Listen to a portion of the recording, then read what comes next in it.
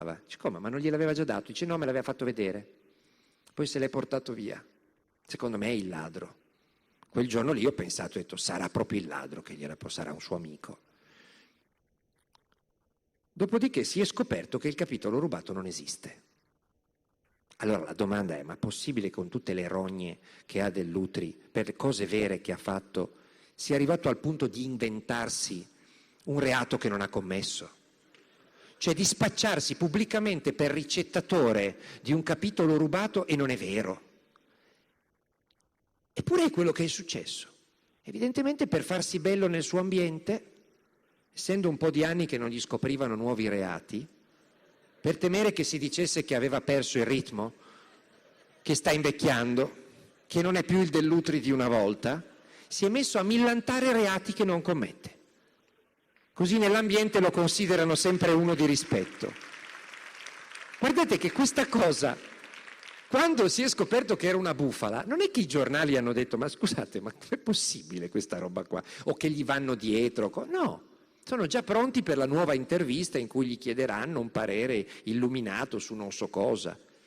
Stiamo parlando di uno che si è comprato i diari di Mussolini, che tutti gli storici del mondo considerano falsi. Infatti erano anni che cercavano qualcuno a cui rifilare il bidone, alla fine hanno trovato lui, li ha comprati. Se voi vedete, lui sta girando l'Italia con i falsi diari di Mussolini, li declama a folle osannanti, no? Che piangono, perché il duce viene fuori come un uomo tenerissimo, un uomo buono. E naturalmente sono diari falsi, Dell'Utri stesso piange.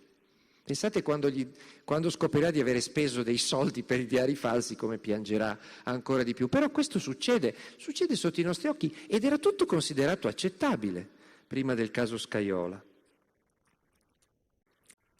Pensate infine a quello che è successo dopo che Scajola ha detto non posso accettare per un minuto di più di restare in un ministero avendo il sospetto di abitare in una casa pagata da un altro. Si è dimesso, Berlusconi ha accettato le dimissioni, ha detto è indifendibile. E poi, questo scrivono i giornali di casa a Berlusconi, quindi molto informati sui fatti, Berlusconi ha iniziato un giro di interrogatori. Titolo di sabato del giornale di Feltri era Ora indaga Berlusconi. Prende in mano le indagini. Anticipando la riforma della giustizia, no? Fa tutto lui. Praticamente i processi in Italia si svolgeranno così. Ci sarà solo Berlusconi in aula. Svolgerà contemporaneamente il ruolo di imputato, avvocato, parte civile, cancelliere, giudice, polizia giudiziaria e usciere. Farà tutto lui. Infatti fa le intercettazioni anche, sapete che ha una lunga esperienza in fatto di intercettazioni abusive, infatti abolisce quelle dei giudici, mica le sue, ci mancherebbe altro. Iniziano gli interrogatori a Palazzo Grazioli, sapete che è malato, no? Sono alcuni giorni che non si vede, i suoi giornali lo descrivono in pigiama con la vestaglia che riceve in confessionale questi malcapitati e a uno ha interrogato Bertolaso, Scajola, Berdini, Matteoli, persino Bondi. Pensate, povero Bondi, già così provato, no, dal film Dracula, dai trionfi che ha suscitato a Cannes, dove ha preso pesci in faccia da chiunque, anche dai pescatori, è stato convocato ad Arcore. Berlusconi, c'è scritto proprio nell'articolo del giornale di Libero, Berlusconi li apostrofa.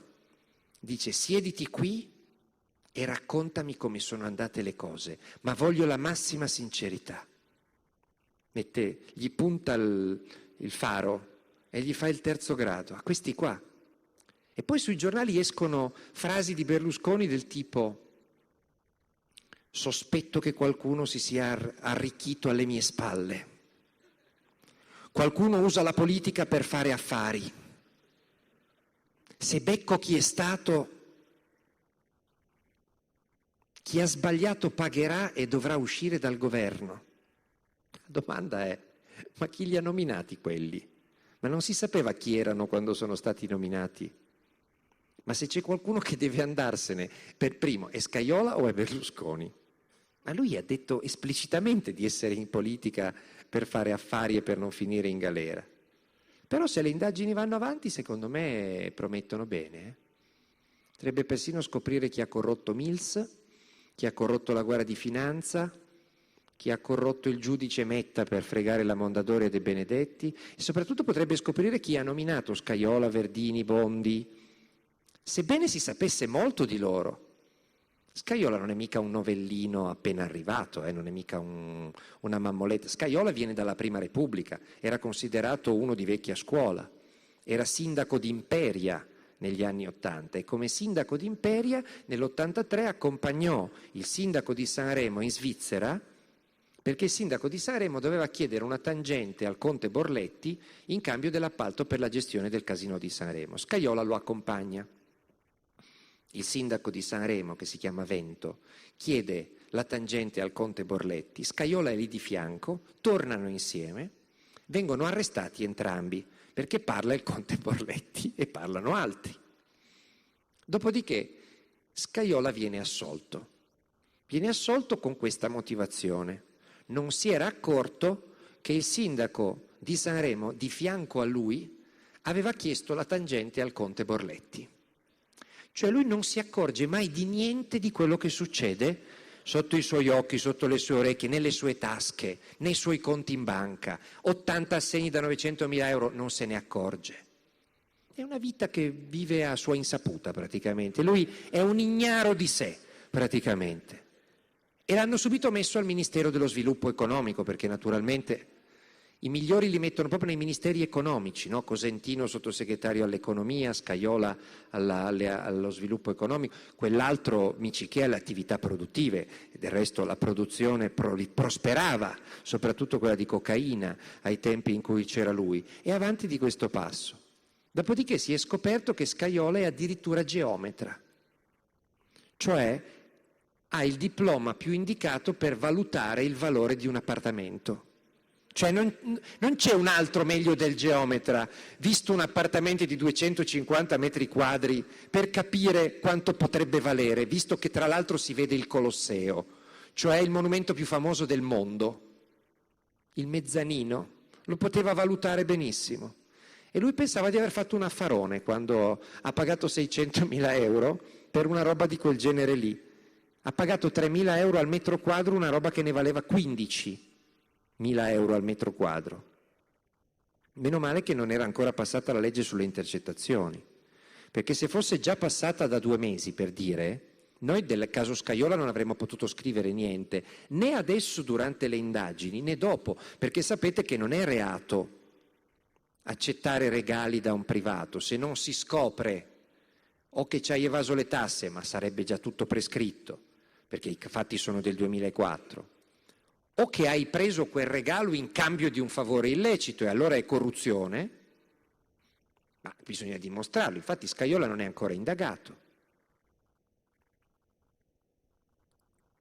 Quindi quando sarà finita l'indagine su Anemone, che è indagato, di Scajola non si potrebbe dire niente né durante l'indagine né mai, perché non ci sarà mai un'udienza preliminare o un processo a Scajola.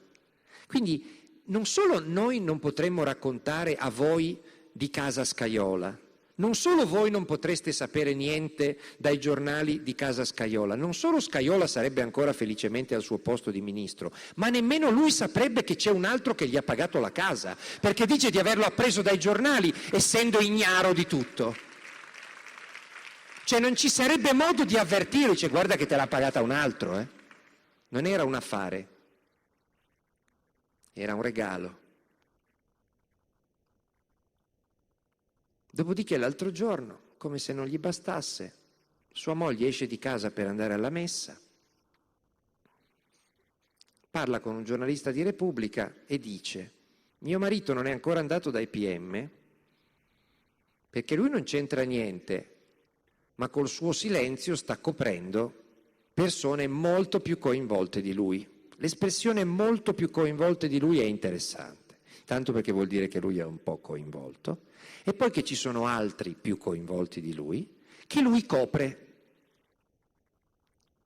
Da queste parti si direbbe un messaggio vagamente mafioso per quelli più coinvolti di lui. Chissà chi sono.